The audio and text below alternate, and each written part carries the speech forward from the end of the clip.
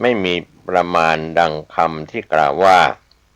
ในบาลีว่านัตถิตัณหาสมานาทีแม่น้ำเสมอด้วยตัณหาไม่มีมหาสมุทรไม่มีความอิ่มด้วยน้ำฉันใดจิตใจก็ไม่มีความอิ่มในความอยากก็ฉันนั้นพระพุทธองค์ทรงได้พิจารณาว่าการที่ถาดทองคำได้ไปตกค้างตามหาดทรายในเวลาน้ำลดหรือตกค้างอยู่ในเกาะต่างๆพระพุทธองค์ก็ใช้ปัญญาคิดเปรียบเทียบกับใจว่าใจได้ไปตกค้างเกิดเป็นมนุษย์เป็นคนชาติตระกูลต่างๆเป็นกษัตริย์บ้างเป็นพราหมณ์บ้างเป็นแพทย์บ้างเป็นสูตรบ้างเป็นจันทานบ้างเกิดในภพน้อยภพใหญ่ในกามภพรูปภพอรูปภพและภพของหมู่สัตว์เดรัจฉานทั่วไปพระพุทธองค์ใช้ปัญญาพิจารณาอยู่อย่างนี้พระพุทธองค์ก็ได้เกิดมีญาณทัศนะรู้แจ้งขึ้นมาว่าปัญญาอย่างรู้และมีความเข้าใจในเหตุที่ทำให้มนุษย์ได้เกิดมาอย่างชัดเจนในสมัยที่พระพุทธองค์ยังเป็นฆราวาสได้ทอดพระเนตรเห็นคนแก่คนเจ็บป่วยคนตายก็เพราะมีเหตุคือการเกิดอะไรเป็นเหตุให้คนได้เกิดในช่วงนั้นพระพุทธองค์ยังไม่รู้เพิ่งจะรู้ในเหตุที่ทำให้มนุษย์ได้เกิดมาจากอุบายการใช้ปัญญาพิจารณาในถาดทองคำนี้เองนั่นก็คือตัณหาความอยากที่พาให้มาเกิดเป็นภพเป็นชาติหมุนเวียนอยู่ในภพทั้งสามคือกรรมตัณหาภวตัณหาวิภวตัณหาวิธีการฝึกปัญญาที่พระพุทธองค์ทรงค้นพบการน้อมโอปนัญิโกหรือเทียบเคียงสิ่งภายนอกเข้าสู่ภายในคือตัวเองและน้อมตัวเองออกไปเทียบกับสิ่งภายนอกให้รู้เห็นเป็นสภาพเดียวกันอันนี้ก็เป็นเรื่องที่เป็นข้อคำสอนวิธีการฝึกปัญญาของพระอาจารย์ทูลส่วนอีกเรื่องหนึ่งที่พระอาจารย์ทูลพูดถึงคือปัญญาของพระพุทธองค์ได้เกิดขึ้นคือญาณทัศนะญาณที่รู้แจ้งได้เกิดขึ้นภายในใจของพระพุทธองค์แล้วความรู้แจ้งเห็นจริงในสัจธรรมได้ขยายเป็นวงกว้างออกไปไม่มีประมาณสิ่งหนึ่งสิ่งใดมีเหตุเป็นแดนเกิดสิ่งนั้นจะตั้งอยู่ได้ชั่วขณะก็ถือว่าแล้วเมื่อตั้งอยู่ได้ชั่วขณะแล้วก็ดับไปตามเหตุนั้นๆไม่มีสิ่งใดตั้งอยู่ด้วยความมั่นคงถาวรได้ไม่ว่าสิ่งนั้นจะมีจิตวิญญาณครองหรือไม่มีจิตวิญญาณครองก็ตามทุกอย่างจะต้องตกอยู่ในความเปลี่ยนแปลงด้วยกันทั้งนั้นแต่มนุษย์ไม่ยอมรับการเปลี่ยนแปลงนี้จึงได้เกิดความทุกข์ไม่อยากให้สิ่งนั้นได้พัดพรากจากตัวเราไปมีสิ่งใดก็อยากให้สิ่งนั้นมีอยู่กับตัวเราตลอดไปจึงได้เกิดความยึดมั่นถือมั่นว่าสิ่งนั้นเป็นของเราจริงๆเมื่อสิ่งนั้นมีการเปลี่ยนแปลงจึงได้เกิดความทุกข์เรียกว่าใจเป็นทุกข์ในสิ่งที่เรามีถ้าใจยึดว่ามีในสิ่งใดใจก็จะเกิดความทุกข์ในของสิ่งนั้นนี่เรียกว่าตัณหาความอยากได้ก็ติดยึดมั่นในสิ่งที่ไม่ถาวรแต่อยากให้สิ่งนั้นมีความถาวรตามที่เราต้องการแม้เงินทองกองสมบัติในโลกนี้เป็นวัตถุธาตุมีประจำโลกมาแต่การไหนๆก็เป็นเพียงสิ่งอาศัยเพื่อใช้ดำรงชีวิตอยู่ได้เป็นไปตามวันหรือเป็นไปตามวันเท่านั้นอีกไม่กี่เดือนอีกไม่กี่วันกี่เดือนกี่ปีก็จะมีการเปลี่ยนแปลงไปผู้ไม่มีปัญญาไม่เข้าใจในสิ่งเหล่านี้จึงได้เกิดความทุกข์ใจในวัตถุธาตุของโลกนี้เมื่อใจยังมีความยินดีผูกพันยึดมั่นถือมั่นห่วงหาอาทรในวัตถุสมบัติของโลกและกามคุณทั้งห้าอยู่ใจก็จะมายึดถือเกาะติด เกิดเป็นภพชาติอยู่ในโลกนี้ต่อไปไม่มีที่สิ้นสุดลงได้พระพุทธองค์ใช้ปัญญาพิจารณาตามความเป็นจริงอยู่อย่างนี้ใจจึงได้เกิดเป็นสัมมาทิฏฐิมีความรู้เห็นถูกต้องชอบธรรมพระพุทธองค์จึงได้ประกาศรับรองว่าวิธีการปฏิบัติที่เป็นแนวทางที่ถูกต้องนี้เราได้ค้นพบแล้วด้วยปัญญาของพระพุทธองค์เองไม่มีใครเป็นครูอาจารย์ให้แก่เราไม่ได้ค้นพบจากตำราแต่อย่างใดเพราะความเป็นจริงที่มีอยู่ในโลกนี้เป็นตำราให้ศึกษาดูอยู่แล้วแต่ขาดปัญญาที่จะนำมาพิจารณาเท่านั้นเองอุบายที่เป็นสัจธรรมความเป็นจริงมีอยู่ในโลกนี้มากมายพระพุทธองค์ได้ตรัสว่าเอาปลายเข็มทิ่มลงไปที่จุดไหนในโลกนี้จะมีสัจธรรมในจุดนั้นๆถ้าไม่มีปัญญาจะนั่งทับนอนทับเหยียบไปมาก็จะไม่รู้เห็นในสัจธรรมแต่อย่างใดดังคำบาลีว่านัตถิปัญญาสมาอาภาแสงสว่างอื่นเสมอด้วยปัญญาไม่มีปัญญาในที่นี้หมายถึงทัศนญาณที่มีความแตกต่างกันกับญาณทัศนะทัศนญาณหมายถึงเห็นก่อนรู้ญาณทัศนะหมายถึงรู้ก่อนเห็นทั้งสองญาณนี้ต้องทำงานร่วมกัน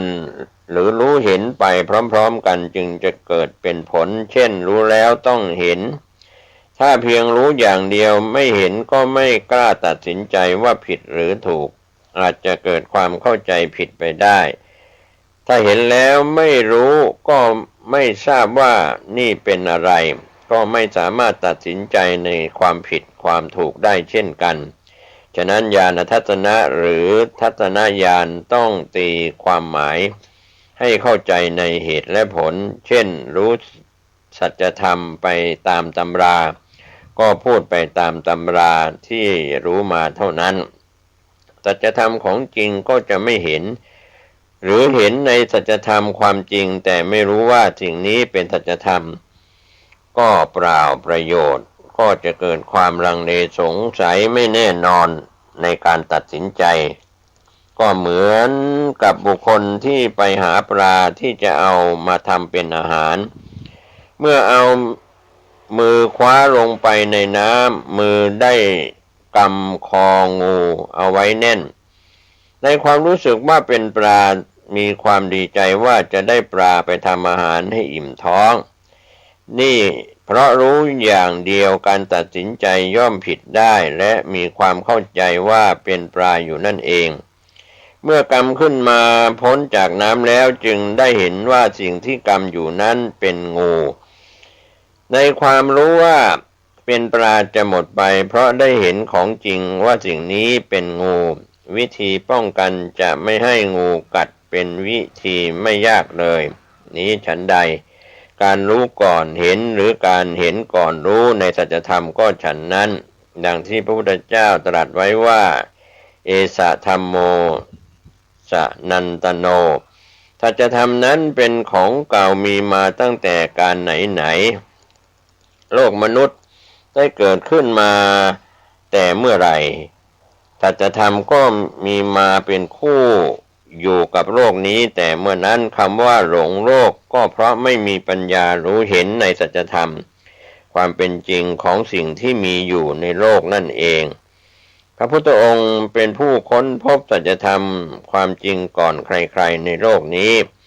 พระองค์ก็ได้ใช้ปัญญาพิจารณาความเป็นจริงในสัจธรรมนี้จึงทำให้ใจของพระพุทธองค์ได้ละถอนปล่อยวางในสิ่งที่มีความเห็นผิดความเข้าใจผิดความหลงผิดให้สูญสิ้นไปจากจิตใจก่อนที่พระพุทธองค์จะถึงจุดนี้ต้องใช้เวลานานหลายเดือน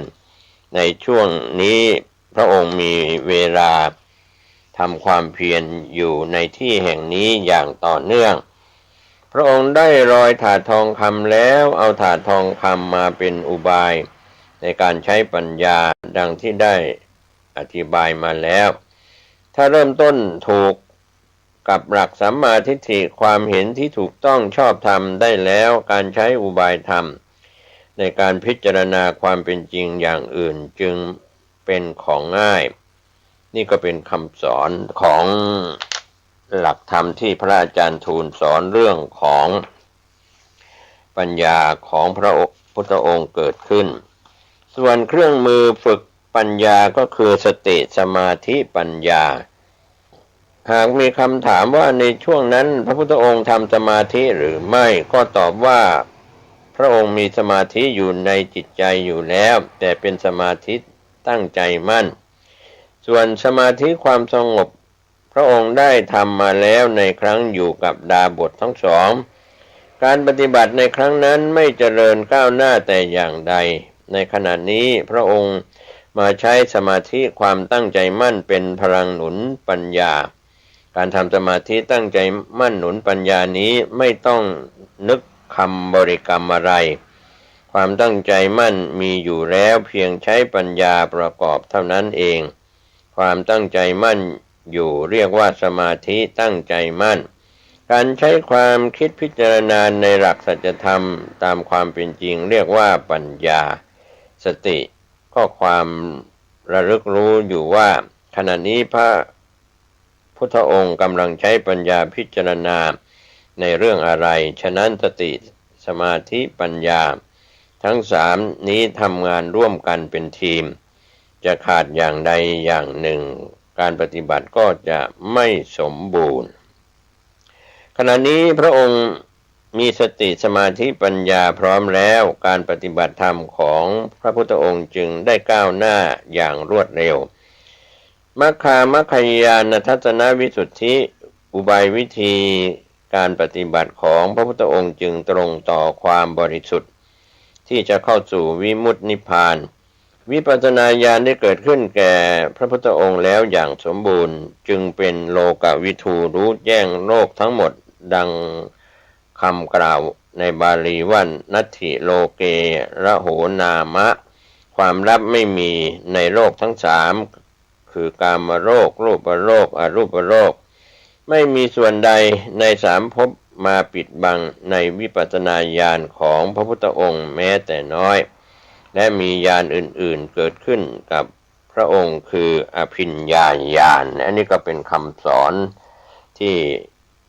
พระอาจารย์ทูลพูดถึงเครื่องมือฝึกปัญญาคือสติสมาธิปัญญาอาจจะแตกต่างไปกับคำสอนของครูบาอาจารย์ท่านอื่นๆว่าศีลสมาธิปัญญาแต่หลวงพ่อทูลหรือพระอาจารย์ทูลท่านสอนว่าสติสมาธิปัญญาส่วนสัมมาทิฏฐิเป็นจุดเริ่มต้นของการปฏิบัตินั้นอย่างไรในการเผยแผ่พระพุทธศาสนาพระพุทธเจ้าองค์เดียวจะทำไม่สำเร็จเพราะไม่มีพยานบุคคลมาเป็นหลักฐานพระพุทธองค์ทรงปรารภถึงดาบททั้งสองก็ปรากฏญาณรู้ว่าดาบททั้งสองได้มรณภาพไปแล้วก่อนตรัสรู้7 วันพระพุทธเจ้าจึงดำริว่าเสียดายจริงหนอถ้าดาบททั้งสองได้ฟังธรรมจากเราดาบททั้งสองจะได้บรรลุธรรมเป็นพระอรหันต์ในชาตินี้ที่ผ่านมาดาบททั้งสองได้บำเพ็ญบารมีพร้อมที่จะได้เป็นพระอรหันต์อยู่แล้วแต่ดาบททั้งสองภาวนาปฏิบัติผิดวิธีไปติดทำสติและสมาธิความสงบหลงอยู่ในรูปฌานอรูปฌานเมื่อตายไปก็ได้ไปเกิดในภพของรูปพรหมซึ่งเป็นพรหมไม่มีรูปมีอายุยืนยาวนานทีเดียวเมื่อศาสนาของพระศรีอริยเมตไตรได้อุบัติเกิดขึ้นในโลกอาจารย์ทั้งสองที่เป็นพรหมยังไม่ได้ลงมาเกิดในเมืองมนุษย์จึงถึงจะมีบารมีพร้อมที่จะได้เป็นพระอรหันต์ในชาตินี้อยู่ก็ตามถ้าภาวนาผิดทางบารมีก็ปิดตัวลงช่วยอะไรไม่ได้เลยหรือในยุคนี้หากมีผู้ที่บำเพ็ญกุศลมาแล้วพร้อมที่จะได้บรรลุธรรมเป็นพระอริยเจ้าได้ถ้าภาวนาผิดแนวทางของพระพุทธเจ้าก็จะหมดโอกาสเหมือนกับดาบททั้งสองนั่นเองเพ ราะแนวทางการปฏิบัติที่จะเข้าสู่มรรคผลนิพพานได้มีวิธีจำกัดแล้วก็มีวิธีเดียวที่เรียกว่าสัมมาทิฏฐิความเห็นที่ถูกต้องชอบธรรมเท่านั้นถ้าตั้งหลักสัมมาทิฏฐิความเห็นชอบไม่ได้ในชาตินี้ก็จะหมดโอกาสในมรรคผลนิพพานทันทีเพราะในยุคนี้มีผู้สอนวิธีการปฏิบัติที่มีความแตกต่างกันไปแต่ละครูบาอาจารย์ก็มีความมั่นใจในตัวเองว่าวิธีปฏิบัติของตัวเองมีความถูกต้องในยุคนี้จะไม่มีใครๆช่วยกันได้เป็นไปในลักษณะตัวใครตัวมันถึงจะไม่ได้มรรคผลนิพพานในชาตินี้วิธีปฏิบัติที่ทำกันอยู่ก็จะเป็นบารมีของท่านต่อไปพระพุทธเจ้าได้ไปแสดงธรรมโปรดปัญจวัคคีย์ที่ป่าอิสิปตนมฤคทายวันเมืองพาราณสีในเรื่องของธรรมจักรกับปวัตตนสูตรในจุดนี้ก็มีความสำคัญเป็นอย่างยิ่งที่พระพุทธเจ้าได้ประกาศพระพุทธศาสนาเป็นครั้งแรกจะว่าตั้งรากฐานพระพุทธศาสนาให้เกิดขึ้นในโลกก็ว่าได้มีพระรัตนตรัยที่สมบูรณ์เกิดขึ้นในโลกคือพุทธรัตนะแก้วคือพระพุทธเจ้าธรรมรัตนะแก้วคือพระธรรมสังฆรัตนะแก้วคือพระสงฆ์ที่พวกเราได้กราบไหว้กันอยู่ในปัจจุบันนี้พระพุทธองค์ได้ยกเอาสัมมาทิฏฐิความเห็นชอบสัมมาสังกัปโปใช้ปัญญาดำริพิจารณาให้ถูกกับหลักความจริงนี่ก็เป็นหมวดของปัญญาที่พระพุทธองค์ได้ยกขึ้นมาแสดงในจุดเริ่มต้นเฉพาะหลักสัมมาทิฏฐิความเห็นชอบจึงเป็นหมวดธรรมที่สำคัญให้แก่หมวดธรรมทั้งหลายดังคำกล่าวในบาลีว่าหัตถิปาทังเตสังอัคคะมัคขายติสัมมาทิฏฐิเตสังธัมมานังอัคคะมัคขายติรอยเท้าสัตว์ทั้งหลายย่อมรวมลงในรอยเท้าช้างฉันใดธรรมทั้งหลายย่อมรวมอยู่ในสัมมาทิฏฐิก็ฉันนั้นสัมมาทิฏฐิความเห็นชอบเป็นจุดเริ่มต้นในการปฏิบัติธรรมความเห็นชอบเป็นแม่ทัพธรรมนำหน้าให้แก่ธรรมทั้งหลายสัมมาสังกัปโป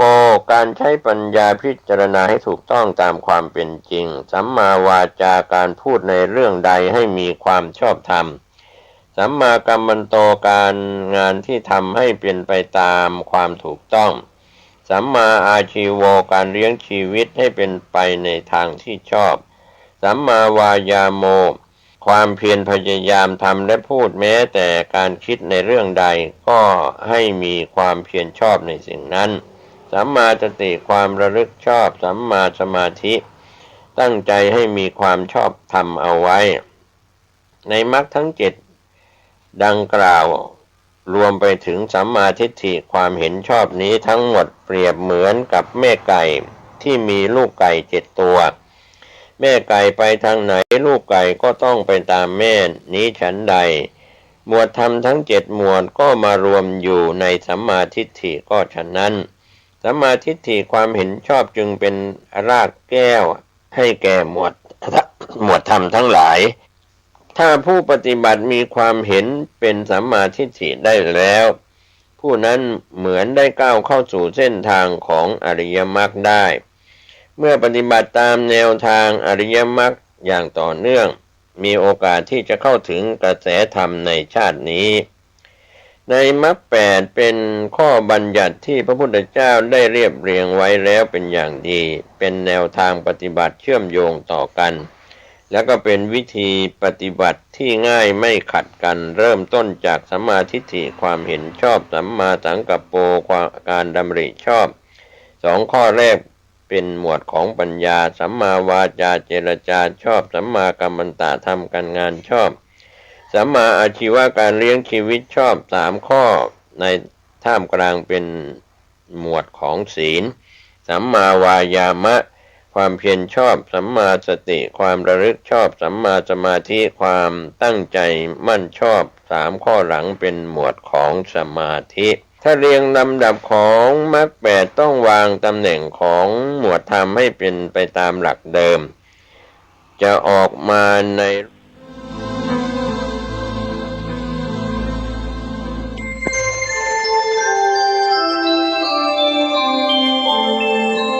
ขณะนี้ท่านกำลังฟังสถานีวิทยุกระจายเสียง FM 104.5 เมกะเฮิรตซ์